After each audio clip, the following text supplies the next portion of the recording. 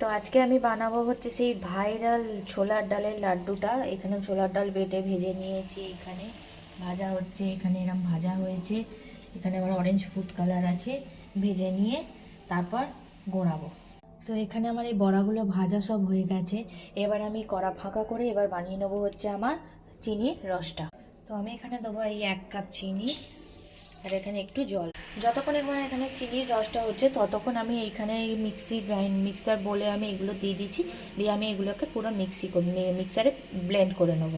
তো এখানে আমার দেখো এগুলো আমার এরকম দরদরা করে নিয়েছি, ভালো করে পিষে নিয়েছি, নিয়ে আমি এর মধ্যে এবার অল্প ছোটো এলাচ গুঁড়ো আর অরেঞ্জ ফুড কালার 1 ফোঁটা লেবুর রস দেবো। তো এখানে আমি দেখো ওইগুলো সব দিয়ে দিয়েছি, যেটা গুঁড়িয়েছিলাম ওটা দিয়ে এবার এটা ভালো করে থকথকে করে বানিয়ে নেবো।